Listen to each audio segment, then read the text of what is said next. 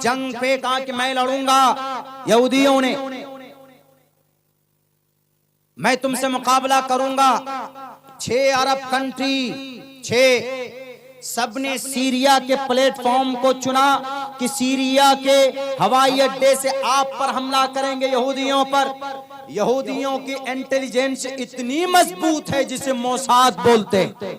आपके भारत में क्या चलता है सब उनको पता होता। हमारे इंडिया के अंदर उस एजेंसी का नाम रॉ है, रॉ, लेकिन वह मोसाद बोलते। उन्होंने पता लगा लिया कि ये 6 अरब कंट्री हमें मिटाने के लिए कोशिश कर रहे हैं, तो जो भी हथियार उनके पास था टोटल हथियार से उस एयरपोर्ट पर जाकर कब्जा किया और सबको नाश कर दिया। 6 के 6 मुल्कों को पानी पिला दिया, छोटी सी 20% जगह पर। लेकिन उन्होंने फिर अपनी तानाशाही शुरू की कि नहीं, अब तुम बगावत कर रहे हो, फलस्तीन के ऊपर कब्जा शुरू कर दिया आहिस्ते आहिस्ते बढ़कर। 1967 तक, सिर्फ मात्र 20 साल के अंदर। हम लोग ये नहीं समझते हैं, हम लोग अपने बच्चों को, लड़कों को तालीम देते लेकिन लड़कियों को तालीम नहीं देते। पढ़ने पढ़ाने वाला रिश्ता तो हमारा शायद बहुत कमजोर हो चुका है। एक बात जहन में बिठा लीजिए, तालीम ही एक ऐसा रास्ता है जिससे आपकी खोई हुई इज्जत आप वापस पा सकते हैं। तालीम, सिर्फ तालीम। वो अलग मसला है कि मौलाना कौन सी तालीम हासिल करें, दीन की, दुनिया की, वो आप बाद में फैसला कीजिए।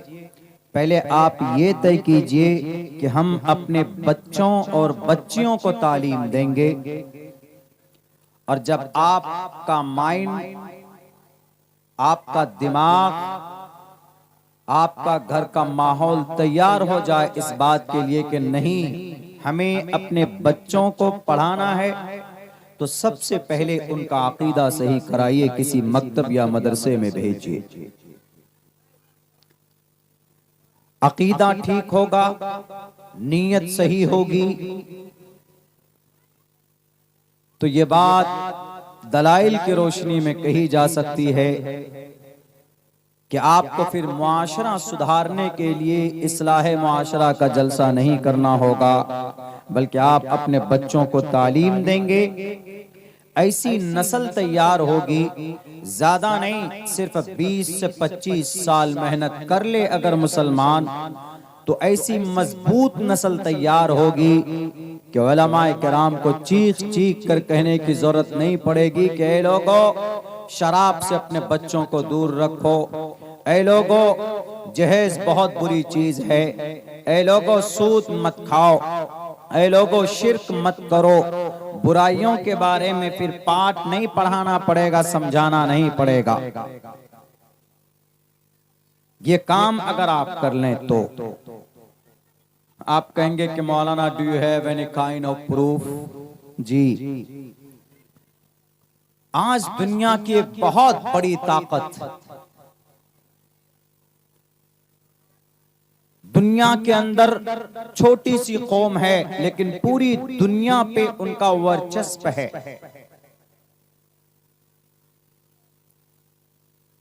बल्कि यूं कहिए,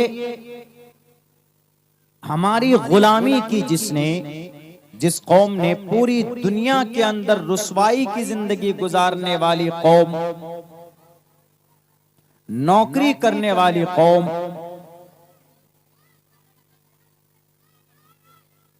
दर दर भटकने वाली कौम, ज्यादा नहीं 1915 से वो कौम मेहनत करती है, और इस वक्त वो कौम इतनी ताकतवर है कि दुनिया की सारी ताकत मिलकर भी उस 1.5 करोड़ कौम को नहीं हरा पा रही है।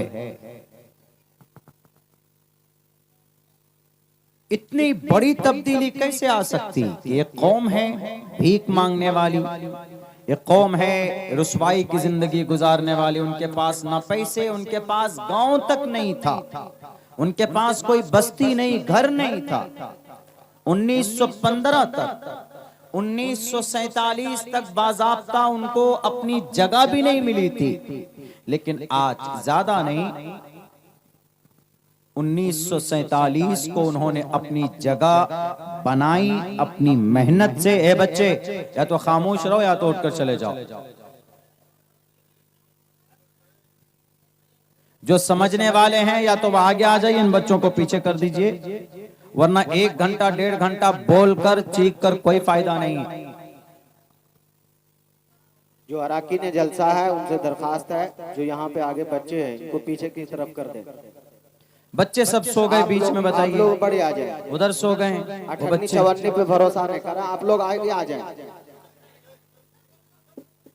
आप लोग करीब करीब आकर के बैठ जाए। इधर भी अल्हम्दुलिल्लाह बिछा हुआ, यहाँ पे कालीन बिछी हुई है, इधर साइड आ जाइए।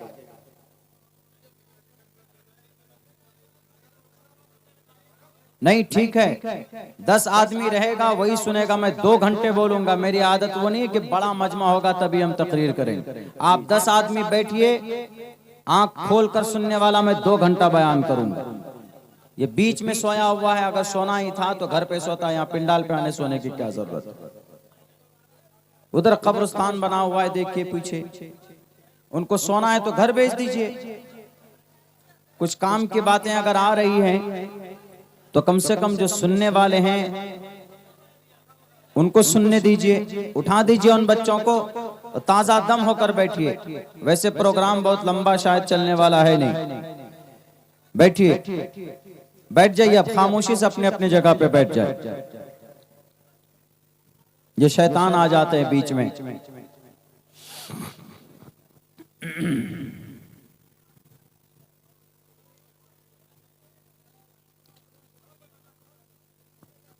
आराम से उठा दीजिए, मारिए मत बच्चों को, मारिए मत।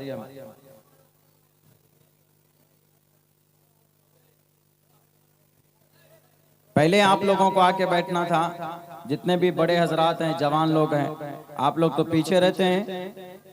अब बच्चों को आगे भेज देते हैं कि जाओ तुम लोग सुनने के लिए। चलिए अच्छा, बस हो गया, आप बैठ जाइए, अपनी जगह पे बैठ जाइए। बैठ जाइए, वहां जो हजरत खड़े हैं बैठ जाइए।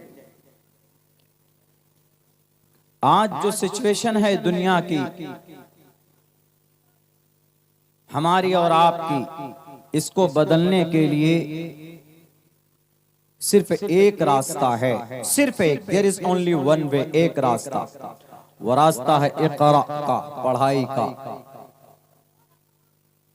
उस रास्ते पर अमल करेंगे, डेफिनेटली यू विल सक्सेस, आप कामयाब। दुनियावी एतबार से दलील और प्रूफ पेश करना चाहता हूं। आप कहेंगे कि मौलाना अब्दुल्ला कैसे दावे के साथ कह सकते। सबसे पहली बात, हमारा रोल मॉडल हर चीज में नबी पाक अलैहिस्सलातु वस्सलाम की सीरत है, इसमें कोई शक नहीं।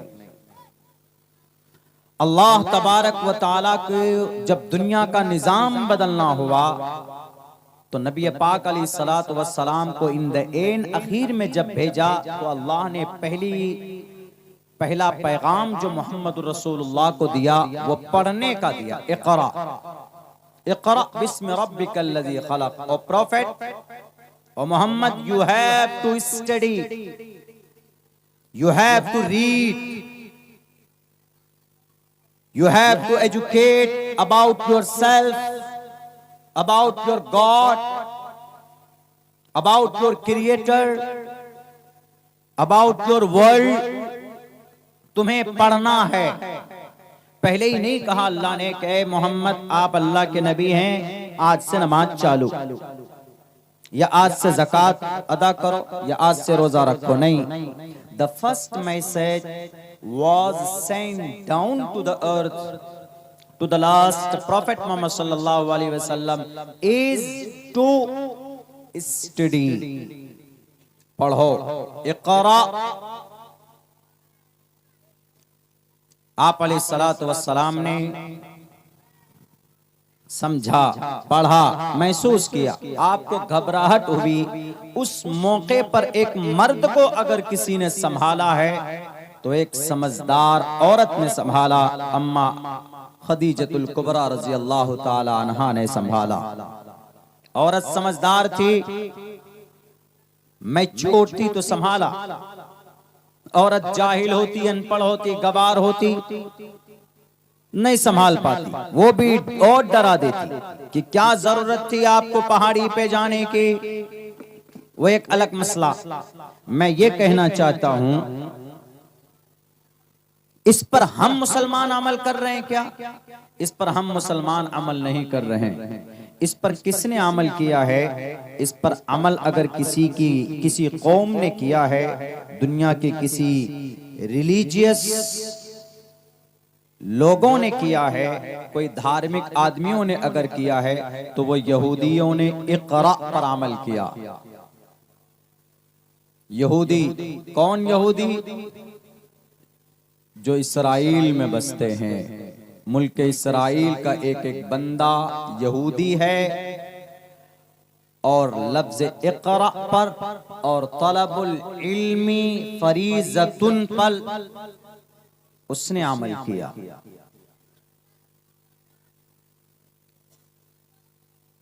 यहूदी से बढ़कर कोई ताकतवर कम्युनिटीज दुनिया में नहीं है। आप तारीख पढ़ लीजिए, 1915 के बाद से लेकर उन्होंने कोशिश की और 1947 से लेकर आज तक इतनी ताकतवर है पढ़ाई के एतबार से कि इनसे ज्यादा पढ़ा लिखा कोई नहीं। यहूदी शादी नहीं करेगा चलेगा, यहूदी घर नहीं बनाएगा तो भी चलेगा, यहूदी इबादत नहीं करेगा तो भी चलेगा, उनके अकीदे में है। लेकिन यहूदी पढ़े ना, ये हो ही नहीं सकता। उनका 102% इंसान पढ़ा लिखा होता है। यानी अगर इस तरीके से 100 इंसानों की लाइन लगाएं आप, उनमें से 100 तो होगा, लेकिन 2 और शामिल कर दीजिए तो वो भी पढ़ा लिखा होगा। 100 पे 100, 100% इंसान यहूदी पढ़ा लिखा होता है, जाहिल नहीं होता। लफ्ज इक़रा पर अमल किया तो दुनिया आज उसके कदमों में है।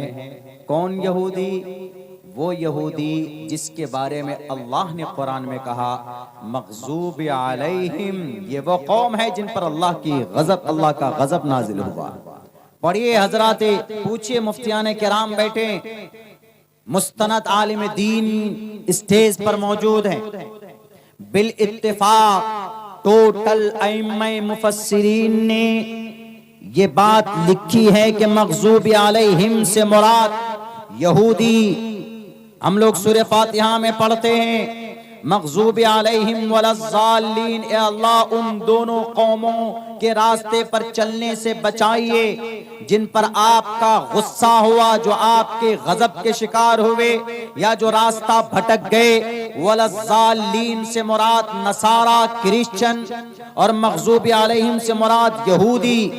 और दूसरी आयत में अल्लाह ने बयान किया ज़ुरिबत अलैहिमुज़ ज़िल्लतु वल मस्कना, क़यामत की सुबह तक जिल्लत व मस्कनत इन यहूदियों की माथे पर।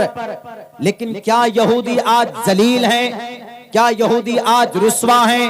इन यहूदियों ने 10,000 बच्चों को मारा, इन यहूदियों ने माओं को बेवा किया, इन यहूदियों ने बच्चों को यतीम किया, इन यहूदियों ने हमारी समाज की बेटियों के सर से दुपट्टों को खींचा, इन यहूदियों ने मस्जिदे अक्सा के ऊपर 1968 से लेकर आज तक कब्जा किए हुए इन यहूदियों ने पूरी दुनिया पर हुकूमत की। जबकि 1941 में ये हिटलर 6 लाख यहूदी को गैस के चैम्बर में घुसा कर मार दिया था। कई करोड़ यहूदी मारे गए थे। उसके बावजूद भी आज ये कौम इतनी ताकतवर है कि सोवियत यूनियन जो सबसे बड़ी सुपर पावर ताकत मानी जाती थी, अब तो दूसरे नंबर की है। पहले नंबर की सुपर पावर मुल्क अमेरिका। अमेरिका भी अगर किसी से मजबूत हाथ मिलाए हुए है तो इन 1.5 करोड़ यहूदी से मजबूत हाथ मिलाए हुए इसराइल। आखिर कौन सा फार्मूला है कि गुलामी से यहां तक पहुंच गए? वो फार्मूला सिर्फ तालीम का है, एजुकेशन का है। यहूदी बच्चियां, उनके पेट में बच्चा आते ही परवरिश शुरू हो जाती। हमारे यहाँ बच्चा 9 साल का हो जाता है तो परवरिश तो दूर की बात जनाब, तरबियत भी शुरू नहीं कर पाते। 9 महीने का बच्चा पेट से बाहर निकलता है तो उसका आधा दिमाग इंटेलिजेंट होता है। और हमारे यहाँ बच्चे 10 साल 15 साल के हो जाते हैं, कोई सलीका नहीं, कोई तहजीब नहीं, कोई कल्चर नहीं। उन्होंने इक़रा पर अमल किया, उन्होंने तलबुल इल्मी फरीज़तुन पर अमल किया। हमारे लिए है ये तलबुल इल्मी फरीज़तुन अला कुल्ली मुस्लिम। ऐ मुसलमानों, इतना इल्म हासिल करना तुम्हारे ऊपर जरूरी कि जिससे तुम हराम और हलाल को पहचान सको। नहीं हासिल करते, हमने इस पर अमल नहीं किया तो अल्लाह ने किसी और कौम को पैदा किया, वो इससे फायदा उठा रहे हैं। हमारे शेख मोहतरम मुफ्ती सईद अहमद साहब पालनपुरी रहमतुल्लाहि अलैह वो फरमाया करते थे, बुखारी जिल्द अव्वल हमने उनसे ही पढ़ी है। वो कहते थे कि अल्लाह का हुक्म जो कुरान में अल्लाह के नबी का फरमान, अल्लाह के नबी के तरीके पर, अल्लाह के हुक्म पर अगर कोई काफिर दुनिया में अमल करता है तो अल्लाह उसको, उस काफिर को दुनिया में उसका रिजल्ट देते हैं। दुनिया में वो अलग बात है, जन्नत जाने के लिए ईमान शर्त है, लेकिन दुनिया में जरूर उसका रिजल्ट देते। इक़रा पर यहूदियों ने अमल किया तो आज दुनिया पर हुकूमत। हमारे पास, आपके पास मोबाइल, किसी के पास नोकिया का मोबाइल है, किसी के पास आईफोन है, किसी के पास मोटोरोला है। ये सब मोबाइल किन के बनाए हुए? यहूदियों के लॉन्च किए हुए। हम लोग सुबह उठते हैं कॉलगेट यूज करते हैं, किनका इजाद किया हुआ? यहूदियों। हम लोग नहाने जाते हैं डव शैम्पू इस्तेमाल करते हैं, यहूदियों का। हाथ धोते, अभी हम आए इस्तिंजा कर रहे थे तो एक लड़का लाइफ बॉय ला करके दिया, यहूदी का प्रोडक्ट। लक्स साबुन यहूदियों का प्रोडक्ट।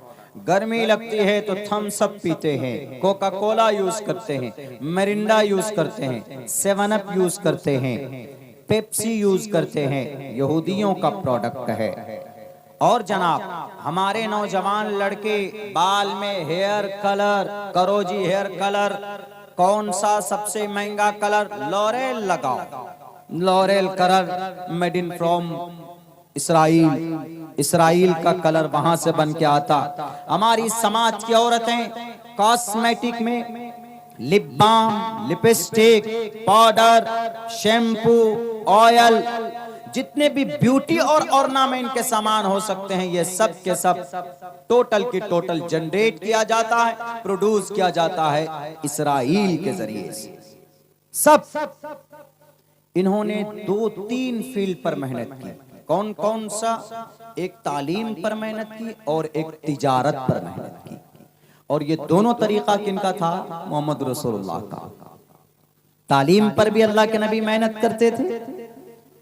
तालीम के ऊपर अल्लाह के नबी ने मेहनत की। शुरू के अंदर में अल्लाह ने पैगाम दिया, अल्लाह के नबी अलैहिस्सलातु वस्सलाम लोगों के बीच जाते, अल्लाह को एक मानो, उसी की एक की इबादत करो। अकीदे पर मेहनत हुई, एजुकेशन पर मेहनत हुई। अल्लाह के नबी अलैहिस्सलाम ने इस पर मेहनत की। उसके बाद, उससे पहले अल्लाह के नबी अलैहिस्सलाम ने तिजारत पर मेहनत की थी। तिजारत आज यहूदियों का राज है। यहूदी पूरी दुनिया में सिर्फ 1.5 करोड़, मुल्क इसराइल में तो 85 लाख हैं, सिर्फ 50 लाख।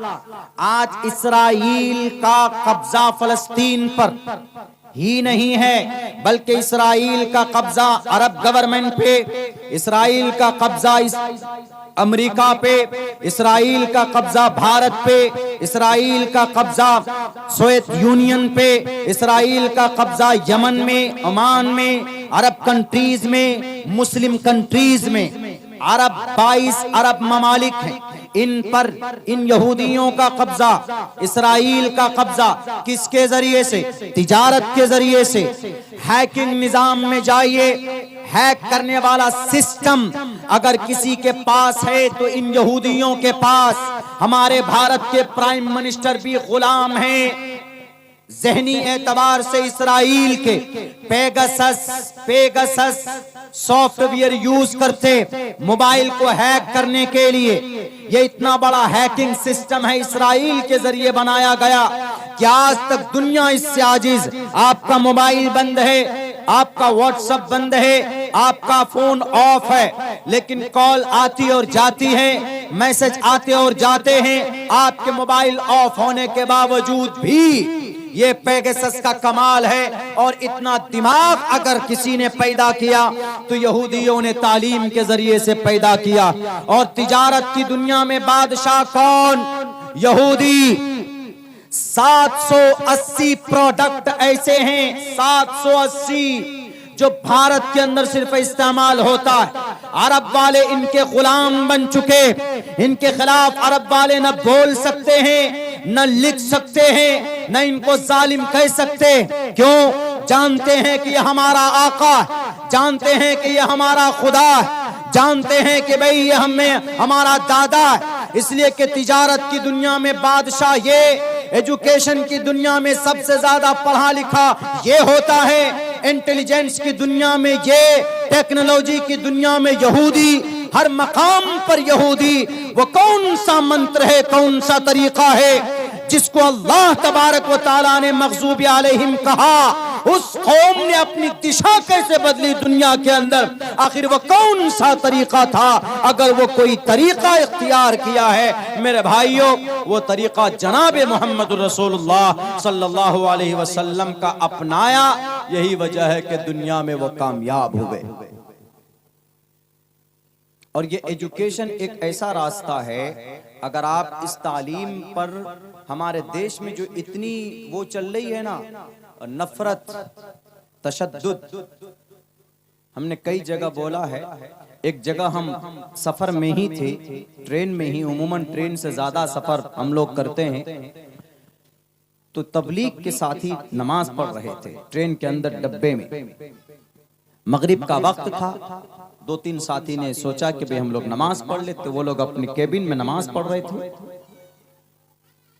कुछ बच्चे, 3-4 बच्चे स्टूडेंट 17-18 साल की उम्र के, उन बच्चों ने देखा कि अच्छा ये मौलाना लोग नमाज पढ़ रहे हैं। हालांकि नमाज का वक्त हुआ, जगह थी, मुनासिब जगह थी, नमाज शुरू की उन्होंने। अब मगरिब में तो जोर से क़िरात करते हैं, तिलावत करते, सूरह फातिहा पढ़ते हैं। तो उन नौजवानों ने सोचा अच्छा ये मुल्ला जी लोग मानेंगे नहीं। उन्होंने जल्दी जल्दी गूगल किया, गूगल मोबाइल में नेट खोला, नेट में गूगल में हनुमान चालीसा निकाले फट से, और हनुमान चालीसा निकालने के बाद पढ़ने लगे वो उसमें, जय हनुमान ज्ञान गुण सागर। एक ही 2 लाइन याद हुआ होगा उन लड़कों को। दूसरा पढ़ता था जय हनुमान ज्ञान गुण सागर, जय कपीस ते हो लोक उजागर।